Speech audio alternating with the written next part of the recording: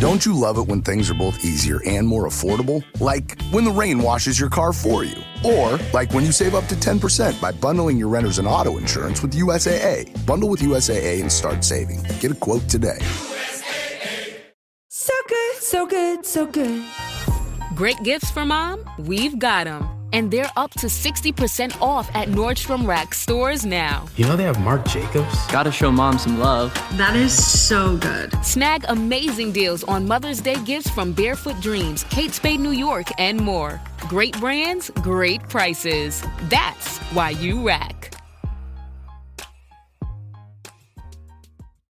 The Dental Download podcast is your source for insight from conversations with fellow dentists, specialists, and leaders in the industry.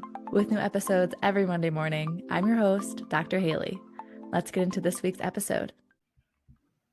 All right, everyone, we are back with another guest today. We have a fellow dentist here. Could you introduce yourself and tell us some of your background? Hi, Haley. Thanks for having me on. Yeah, my name is Tehaum Saood. I'm a general dentist practicing just in the Houston area. I graduated dental school in 2023 from Arizona School of Dentistry and Oral Health.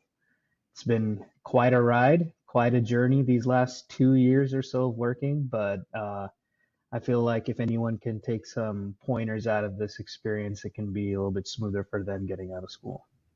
Absolutely, and that's why I love to bring on other people that are also early in their journey, because there's everything with the challenges of adjusting is still so fresh for you and for me. So it's nice to give people kind of that honest outlook of what's been easy, what's been hard, what do you kind of wish you knew in advance. So we'll kind of touch on some of those things, but off the bat, just some first impressions of your first few years out of school. How has your time been so far?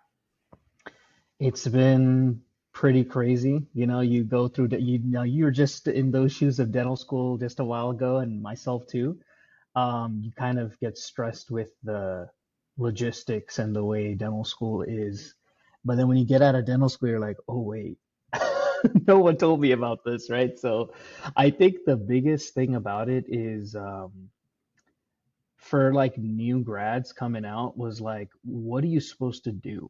Like, who are you supposed to talk to? What kind of resources are you supposed to like try to reach out and learn and find out what's the best way to go about it? There's so many ways to go. You can go into public health, you can go into private practice, you can go into associateships, you can go into acquisitions, you can go into startups. The list goes on and on. You can go and serve like through the military, through Navy and stuff like that. But you got to find your fit and you got to ask questions. And the biggest thing for me when I was a D4, people probably know all about Dr. Paul Goodman through Dental Nachos.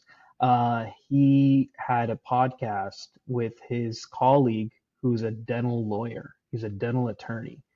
And he had this podcast with this series called Finding a Dentist Associateship Straight Out of School or something like that. And I took away so much from that I had to have him on my podcast, and we talked about it a lot. And, you know, it's really just putting yourself out there, focusing on school, but also be like, okay, there's a door is right here. I'm about to walk through it. What do I need to do to walk through the door? Who do I need to talk to? What kind of questions should I be asking, right? All of that stuff was what I kind of really learned from him, and you know, we'll talk more about that as we get into it for sure. So your job search, it's kind of something we're starting to hear some tidbits of. Are you at the same place that you started at outside of school currently? No. So I straight out of dental school ended up so I'm from Houston, right? So my wife and I, we moved back to Houston area. But before we could figure out where exactly, the job was the question mark. My biggest priority was to find a place that I wouldn't be focusing on calculating how much I'm making, because getting out of school, you're obviously not going to be where you need to be. That's just a fact. It doesn't matter if you were the top of your class or the bottom of your class. There's a lot of growth that happens in a new dentist's progression into molding the dentist they're going to be. And I anticipated that. So I went to work for one of the largest DSOs in the country. You may have heard of them, Aspen Dental.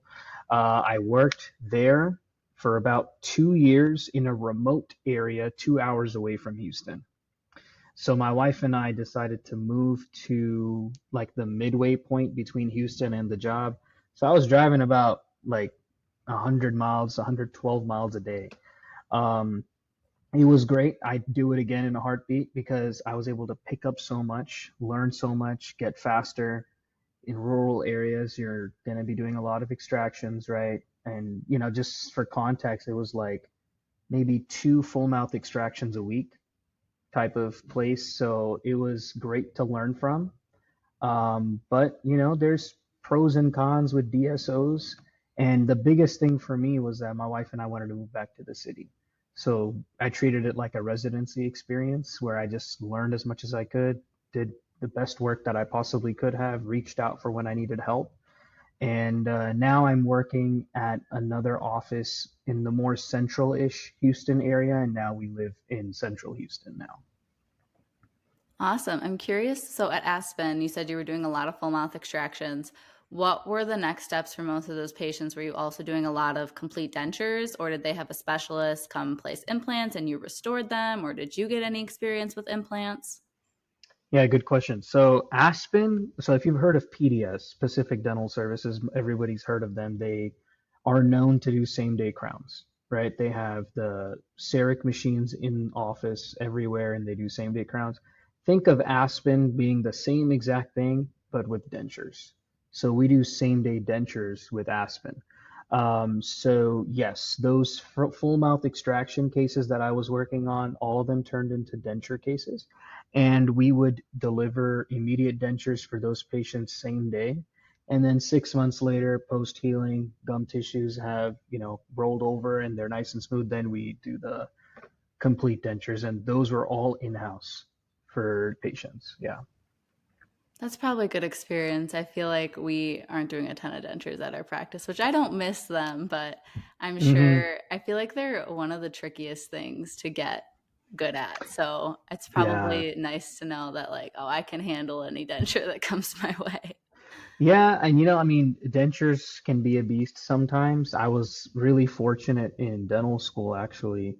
My dental director in the part of the clinic we were at, he had his own denture clinic in Rochester, New York for like 20 plus years. He sold his practice and came to teach at the school and got really nice tips and tricks from this guy, man. He was so good. And then kind of taking that into Aspen, I learned even more with like people internationally from like Canada, from like England, from the United States as well. They pretty much all teach people in the United States all about dentures. So really, it was a great experience. And I feel like I probably would not be doing dentures this regularly and like comfortably if I didn't put myself out there. So, and I said, okay, I'm gonna move to this place and work far out. It's like, okay, I'm gonna be doing extractions. I like forgot that means dentures. I just thought about the initial thing. I'm like, okay, full mouth extractions, that's it. But no, like they need teeth. No one wants to leave a dental office without teeth if they're getting all their teeth out, right? So that was a great experience, and I'm doing my best to incorporate it in my new workplace right now too. It's just that the more less rural you go, meaning you're more into the city, the less dentures are going to be. That's just how it is. So, Hmm. but whenever like I feel like I've worked at this job for maybe 2 months so far, and I've probably only done two denture cases. Yeah, and I'm Yeah, sure compared to the rate you were doing them before, that's like yeah, crazy. yeah, exactly. So you said you wanted to go into this role outside of school, not so much worried, am I going to have patient flow? Am I going to be able to get a busy, good experience to build up my skills? Were there any other things that you were really looking for in choosing to go with Aspen specifically and the Yeah. area that you were willing to move to? What were some of your other factors? Yeah, so as a brand new dentist, you're coming out of dental school, you hear, oh, daily rate, oh, production, collection, like what's the payment structure like? with my like personal situation and decision that I made was that, hey, look, I need to know what's the minimum I'm going to be able to be bringing home, right? That was kind of my thing. I didn't want to be incentivized thinking this way. And it's not wrong. It's just that I didn't want to think this way day one was that, okay, I have 2 root canal patients. I have 5 crown patients. Let me bring in 1 root canal this day and then the other root canal that day to kind of balance it out. And then do another crown just to kind of make sure the day's production is fine. There's nothing wrong with that as long as you're prioritizing pain that patients are going through, right? You want to make sure you get those patients out of pain first and treat it first if they're going through some extreme pain. But when the reason I picked Aspen was because they are the only DSO that pays you a daily guarantee and it never goes away ever. It you get paid that guarantee, and on top of it, Aspen structure is that depending on how much profit there was for that month, minus overhead, wages, expenses, materials, marketing, yada yada, all of that, that profit is shared with the dentist. And that percentage is determined. So it's not a true collection production model where you're paid based off how many people you see in the office. You're paid your guarantee. And that's why I took that job, because the guarantee with Aspen at those more rural areas were a lot higher than if I were to have worked in the city. So, less access to dentists, less population of people, but less dentists, right? That kind of makes it going into your favor. So my main reason was to just really put myself out there, get better with extractions, and make a decent income, and then eventually bring those skills back to, the central city. So that's kind of why I made that decision. And how long were you looking for the job you're at currently? How many months was your search process? How did you decide, okay, now I'm going to start switching over? Did you have to give like 6 months notice? Was it a few weeks notice? How did the transition go? In terms of contractual obligations, I just had to give my job at Aspen a 90-day notice. When did I start? I mean, probably from the day one of working at Aspen, just because like I really over plan and overdo things so that I'm not surprised. This is how I am. Like, even finding my job at Aspen when I was in dental school, I was looking from October 2022 before I graduated in summer of 2023. So like I was looking for jobs, and like I probably interviewed at like 30 places. I talked to 30 places, sorry. I interviewed probably at like 15 places or something like that. But let's see here, trying to circle back to the original question. Your original question, what was the original question? I was about to circle back. Yeah, Sorry. you gave your 90-day notice. You had Yes. been kind Okay. of networking, it sounds like, in Houston, getting to know other Yeah. dentists, figure out like where could be your Mm. next stop. So you didn't really start a dedicated job search. Like, how did you decide that it was time that you wanted to pursue a new opportunity officially? Yeah, I think the time I decided that I needed to branch into something else was when I maximized the amount of skills and experience I could have got out of it. At Aspen, the goal for me was, okay, let me get into their implant processes. I think you touched on implants, so we can get into that. Was okay, they have implant courses they offer for their dentists, and they send them to Guadalajara, they send them to Atlanta, they send them to Chicago. Their main implant like center is in Chicago. So I was looking forward to that. I was like, okay, let me go into this and take these skills and dedicate a full 12 months to the practice that I'm working at with Aspen to make sure that they're seeing a return in what they're spending in me, right? But just the nature of the drive, it was like 52, 54 minutes one way. It added up to be a lot.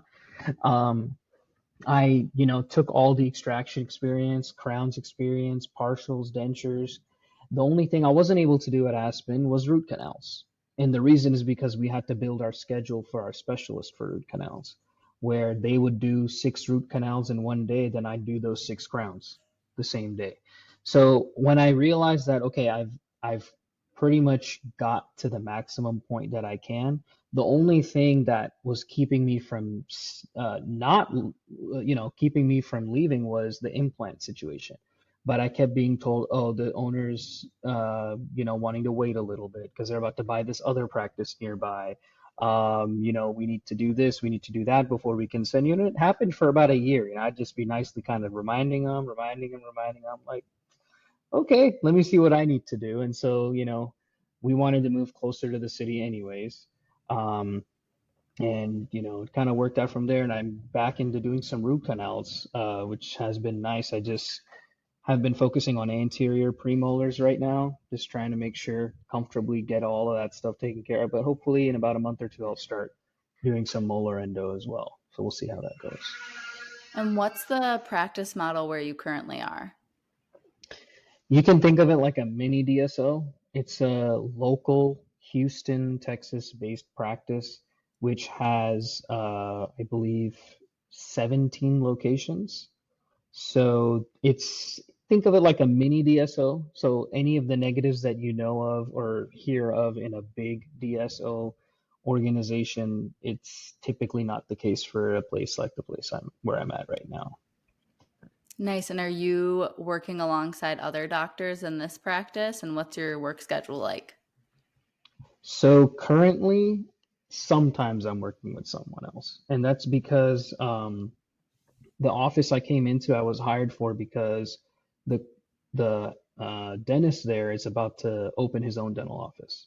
So he's in the middle of that transition of getting into his new office, and the nature of that is that you don't open 5 days a week typically, day one in a startup, right? You open 1 or 2 days a week, build it up, and then you add a day. Month or two later, a few months later, you get to 4 days and all that. So he's in the middle of that. So I work with this other dentist about twice a week. The rest of the days I'm on my own. Actually, the person who I'm talking about who's opening his own practice is opening it with another friend who works at another location of the same practice that I'm working at. But one of them goes to the new place and then I cover for them there. And then the other day it's flipped for the other place. So there's a few days I'm going to one location, but most of the days I'm going at my main location. Hours are pretty much 8 to 5, Monday through Thursday. And then on Fridays, Monday through Thursday is 9 to 5, and Friday is 8 to 1. So that's kind of how the hours are right now. Nice. And it seems like doctors in this practice eventually are maybe partnering in. Is that something on your radar or potential opportunity that you're interested in? In terms of partnership with like a big existing group, I'm not too sure about right now. I always have aspirations for like owning a practice at some point with like maybe another provider as opposed to like with a big group that's already existing, just to kind of, create some separation and just kind of do things the way that I would like to do. But that's something that I have probably going to wait for about 3 years before I can get into opening a practice like that. So definitely going to be working as an associate for the next few years. Nice. And you're gaining so much great insight from working in these slightly different practice models and alongside different dentists. And that's only going to serve you well whenever you get into your own ownership journey. Yeah, We exactly. talked a little bit about, what you're doing on a career level, but what have been some of the nice things being a real just working adult now, not a student, life outside of dental school? What has that been like for you? Everybody asks me that question and I just say the same thing. I'm like, bro, anything's better than school. Mm-hmm. After having been in school for so long, like you just really get comfortable really fast, and you're just grateful for this opportunity that we are even able to do this. Um, that's what I would say. Like just, people are like, oh, do you want to specialize or this or that? I was like, honestly, if I did, I probably would have done it already. Like if I haven't done it at this point, I really don't think I'm gonna do it. But yeah, just taking this opportunity as like a gift every single day. Like, it's been a journey and it took a lot to be there, but it takes a lot to keep this responsibility too. So that's what I have to say about that. And you gave some advice for people going through a job search, looking for an associate job already.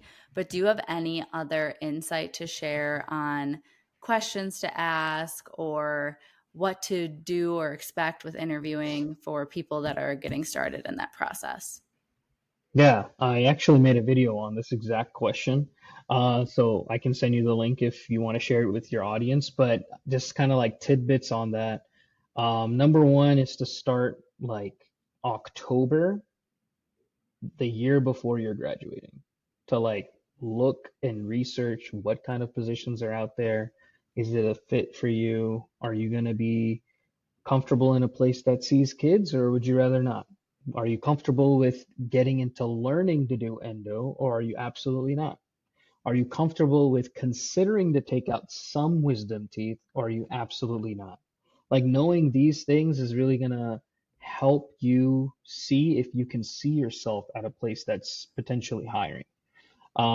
So starting preparing for that research and application yesterday. That's when you're supposed to start. A lot of times now, if you have different goals or if you have a different timeline, like after graduation, maybe you're getting married, or after graduation, you really need to go travel somewhere. You just need a break. Okay, that's fine. That's an exception, right? But if you know you're going to get straight into working, then you should maybe consider doing that research, right?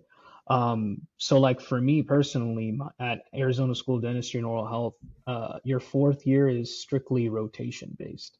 So every 4 to 6 weeks, you're going to be at a rotation somewhere in the country, working at a dental office with dental directors there. And then you come back to the dental school for another 4 to 6 weeks, and then you go back. So you keep doing that, right?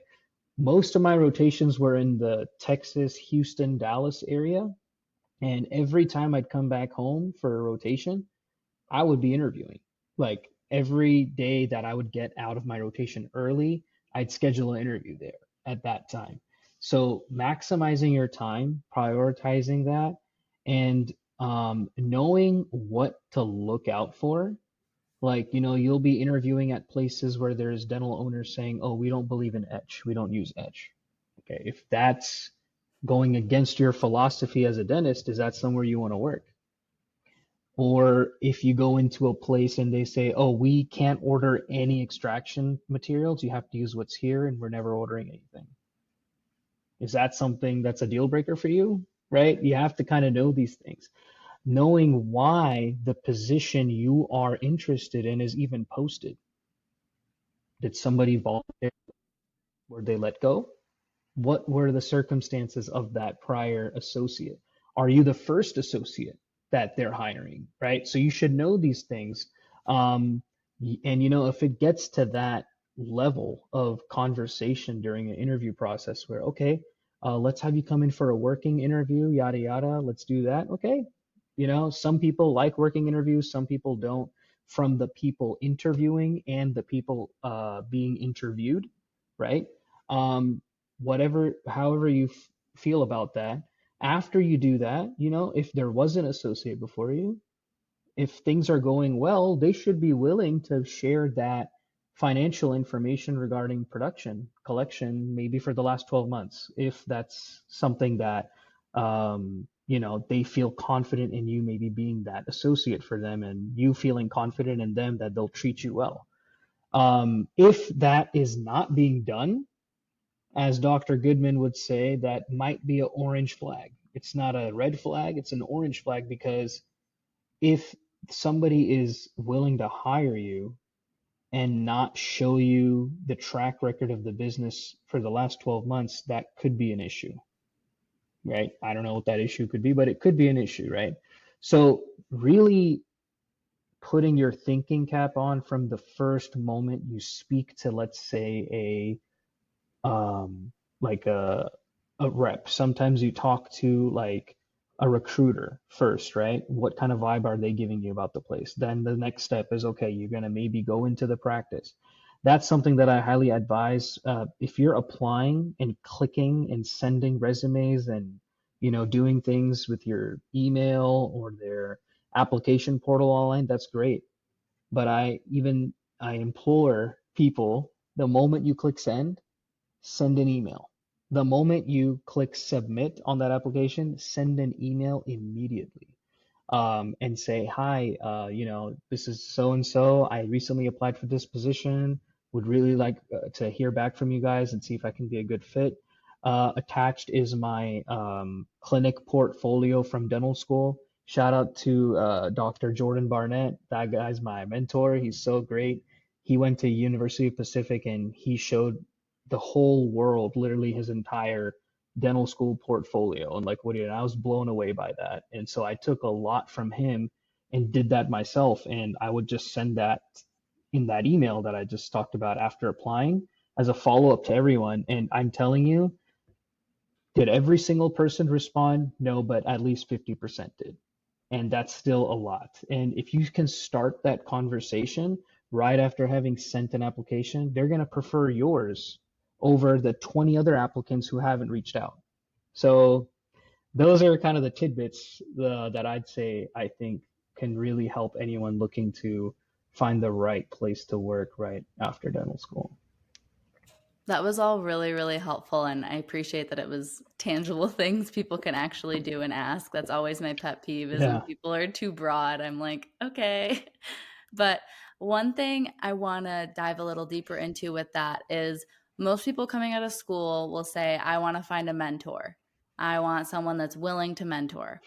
And obviously you can go in and ask whoever's interviewing you, whether it's a lead doctor or an office manager, like, will mentorship be available? What will that look like? What is kind of your take on that? Because I think it's a balance. Like, obviously, I personally work alongside some other doctors, and if I really need something in the moment, I can call on them. I very rarely do that. It's more behind the scenes, going over cases before or after the fact. But do you think new grads should be heavily looking for mentorship? How can they ask about it? Or do they need to have at least a baseline level of confidence to be out there working without doing residencies and things? It's a good question. I think when it comes to a mentor, you have to naturally find them, and you have to naturally look out. Because if people kind of go about it in a forceful fashion, then it kind of turns people away from wanting to mentor them. That's something that I noticed. So you have to show like kind of what you are confident in, and then just be clear with what you're not confident in. For me, I'm good at asking questions. It can make people upset sometimes if I ask questions, but if I get the vibe that someone's not responding in like a positive way with me being inquisitive about something, then I take those mental notes. I'm like, okay, I know what extent I should go to with this person.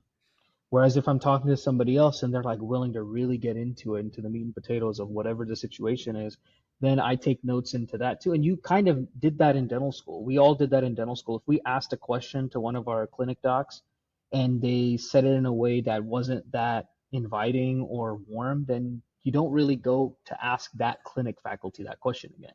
You go to the other one, right? Same in sim clinic. When we were in sim clinic, oh, can you check my class 2 over here?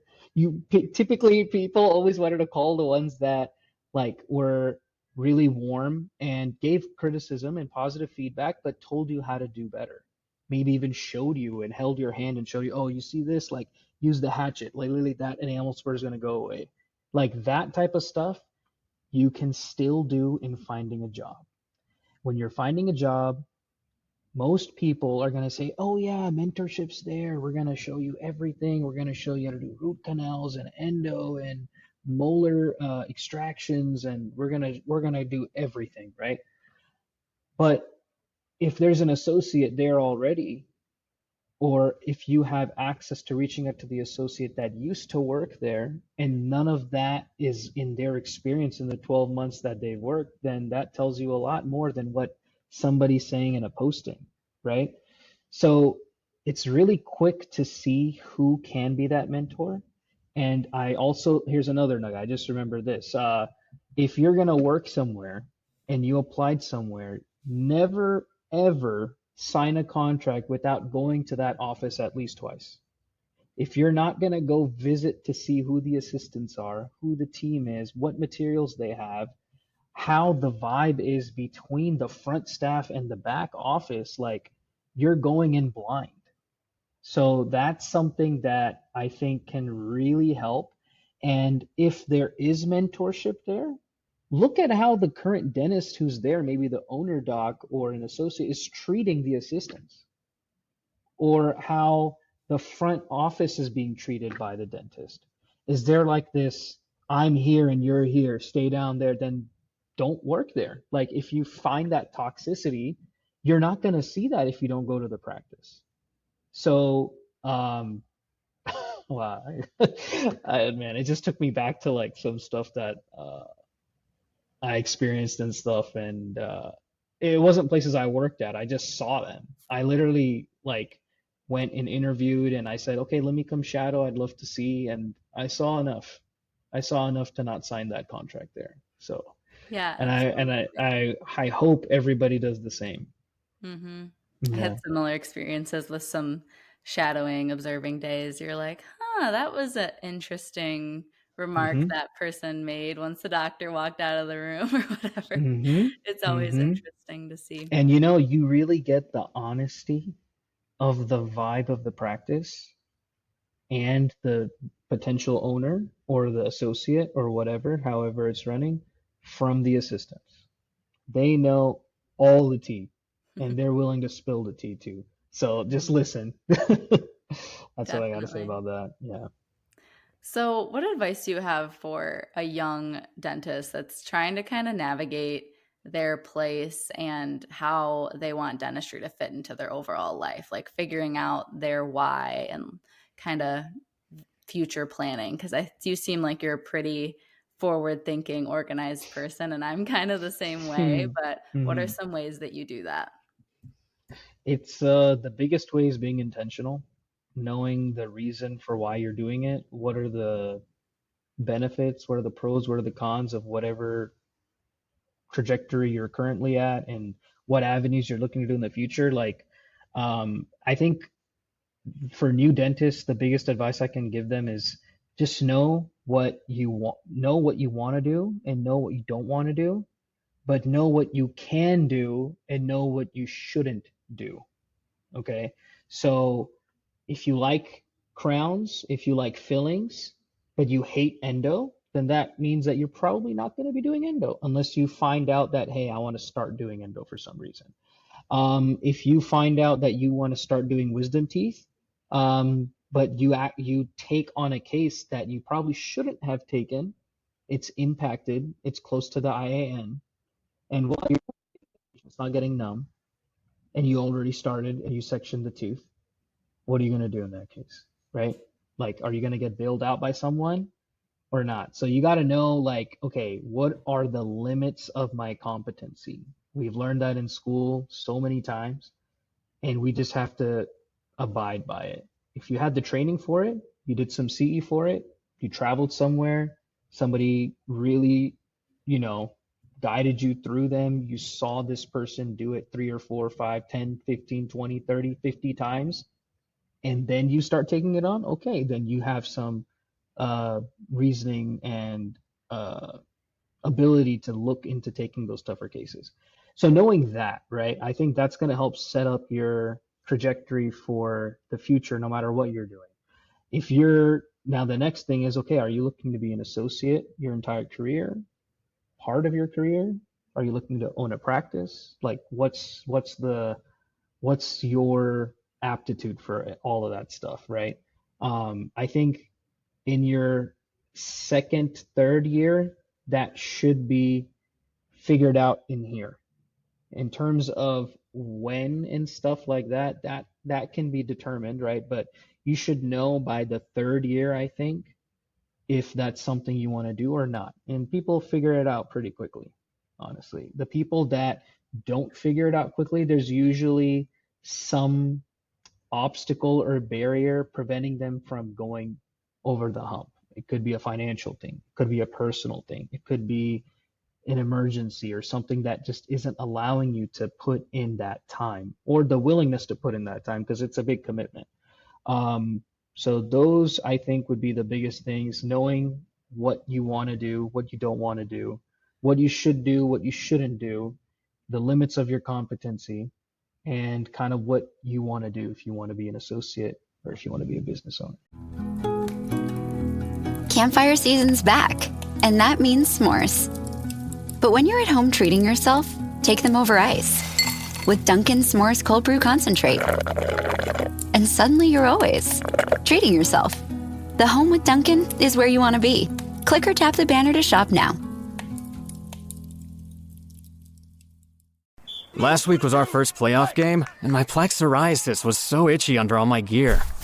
Sometimes just thinking about scratching could take me out of the moment. And then my doctor told me I could get clearer skin with a pill called Otezla. Otezla apremilast is a prescription medicine used to treat adult patients with plaque psoriasis for whom phototherapy or systemic therapy is appropriate. Otezla can help you get clearer skin after just 4 months. Okay, ready for the next game. Talking to my doctor about a pill was a total game changer. Don't use Otezla if you're allergic to it. Get medical help right away if you have trouble breathing or swallowing, swelling of the face, lips, tongue, throat, or arms. Severe diarrhea, nausea or vomiting, depression, suicidal thoughts, or weight loss can happen. Tell your doctor if any of these occur and if you have a history of depression or suicidal thoughts. Live in the moment. Ask your doctor about Otezla. Call 1-8444-OTEZLA or visit Otezla.com for prescribing info about cost, and more. That's awesome. I think there's so many opportunities during dental school to connect with different people coming to speak at the school or through online groups, sending someone a message, picking their brain.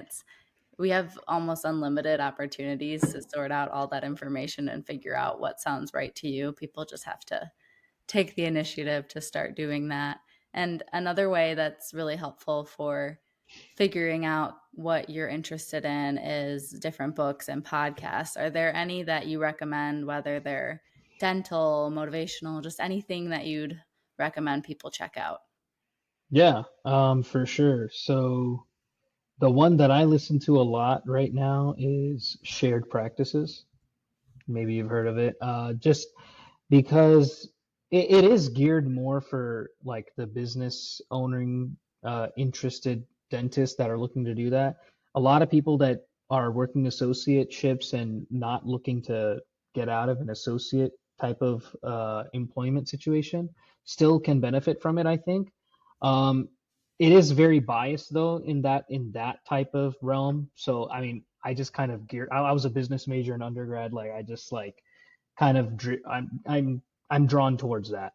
But then there's also another one through what's it called? Oh, the Student Loan Planner. It's called Financially Free Dentists. They just started it actually.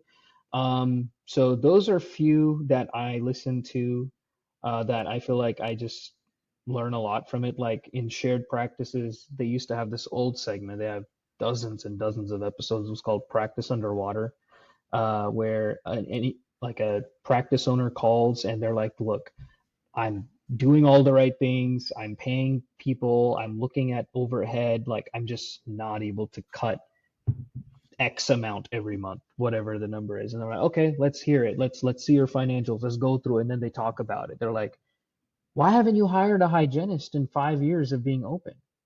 They're like, oh, I have to hire a hygienist? No, that's too much money to like hire someone.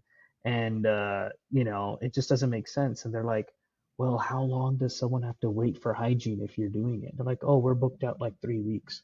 Like, then that tells you probably need to hire a hygienist. The patients will be seen sooner. There'll be more profit, things like that. So that whole practice underwater thing during my time in dental school was when I was listening to that, and it was really, really beneficial, I think. But you brought up podcasts like you've been doing this since dental school, and props to you. I don't know how you managed it and how you're managing it now during work. Because like with me, with like One Mission DMD and like everything that I was doing, I like paused everything after dental school. I didn't stop. I still, was making a little bit of stuff, but kudos to you. I don't know how you're managing it, but it seems like you're able to really prioritize your time, and that's really respectable. Good for you. Well, I appreciate that. And you just mentioned your Instagram name there, the One Mission DMD. So Yeah. is that the best place for people to reach out to you? And then if they want to watch and listen to any of your content, where can they do that? Yeah, on Instagram at One Mission DMD. It was made during dental school. I was just like, look, if we can make this journey a little easier for someone else, that's it. That's the reason that's worth it to do it. So, I highlighted my journey of dental school there, and what I do now, instead of posting, I post a lot of stories. So like about cases going on, and I think that's how we connected, if I remember. I don't know if I responded to you or if you responded. I can't remember, but it was something about like a clinical case thing. So yeah, people, you can reach out to me on Instagram. That's a really good place to reach out if y'all have questions. Check out YouTube. There's a lot of cool things that we were able to do with a lot of people there. And thanks again for having me. It was nice chatting with you. Yeah, thank you so much. I appreciate it. And I'll link all your stuff in the description for people so it's easy to get to. Awesome.